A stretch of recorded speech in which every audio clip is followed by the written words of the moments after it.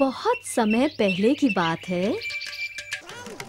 एक छोटे से गांव में एक विद्वान पुजारी रहता था। उसको वहां के सब लोग जानते थे और दूर दूर से गांव के लोग उनको अपने घर पूजा के लिए आमंत्रित करते थे। वो एक अच्छे पुजारी थे, पर वो थोड़े घमंडी थे। मैं अपनी बड़ाई नहीं कर रहा हूँ, पर क्या इस गांव में कोई भी एक ऐसा आदमी नहीं है जो मुझसे अधिक बुद्धिमान और होशियार हो? हाँ? मुझे तो नहीं लगता। एक दिन पुजारी को नदी पार करके दूसरे गांव जाना था। उनको बहुत सारे लोगों के यहाँ पूजा करनी थी।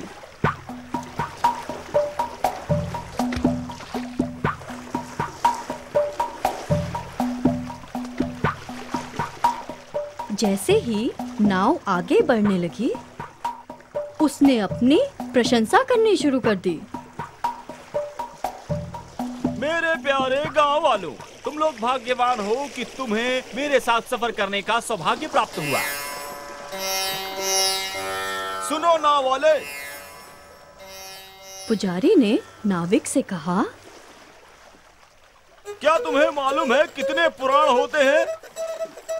नहीं महाराज। ओह, दुख की बात है।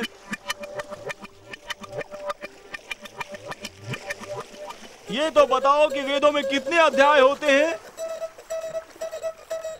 नहीं महाराज। ओह, फिर तो तुम्हारी जिंदगी बिल्कुल बेकार है। मुझे तो ये सभी के सभी जुबानी याद हैं। कोई भी ज्ञान मुझसे अछूता नहीं है। मैं सौभाग्यशाली हूँ कि माँ सरस्वती ने इस काम के लिए सिर्फ मुझे चुना है। तुम अपने आप को सौभाग्यशाली समझो नाविक, कि मेरी उपस्थिति मात्र से तुम्हारे ज्ञान में वृद्धि हो रही है। तुम्हें गीता का ज्ञान है? नहीं महाराज। पुजारी ने नाविक को काफी देर तक परेशान किया।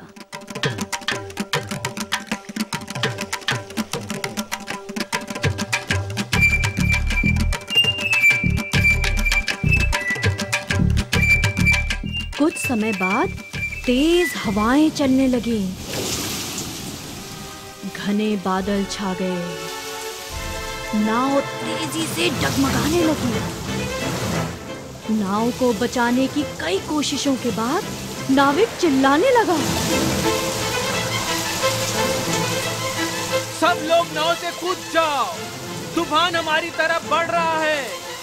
मैं नाव को दूसरी ओर नहीं ले जा सकता हूँ। किनारा अधिक दूर नहीं है, हम सब वहाँ तक तैर सकते हैं। लेकिन मुझे तैरना नहीं आता। ये कैसे हो सकता है कि तुम्हें तैरना नहीं आता जो मुझ जैसे साधारण आदमी को आता है? ओह, कृपा करके मेरी मदद करो। नहीं कर सकता, हम सबको अपनी मदद स्वयं करनी है। मैं तुम्हारे लिए तैर नहीं सकता। क्या आपके वेदों में इसके लिए कोई जवाब नहीं है?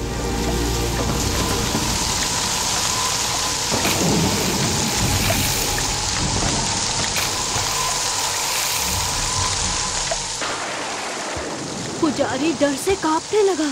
अगर आप तैर नहीं सकते तो क्यों है बहती नदी के बीचों बीच? तो आपकी जिंदगी एकदम बेकार है। ये कहते हुए सभी लोग नाव से कूद पड़े और धीरे धीरे किनारे पहुंच गए और केवल वो अभिमानी पुजारी पानी में छटपटाता रह गया। वो अपनी झूठी शान में मारा गया।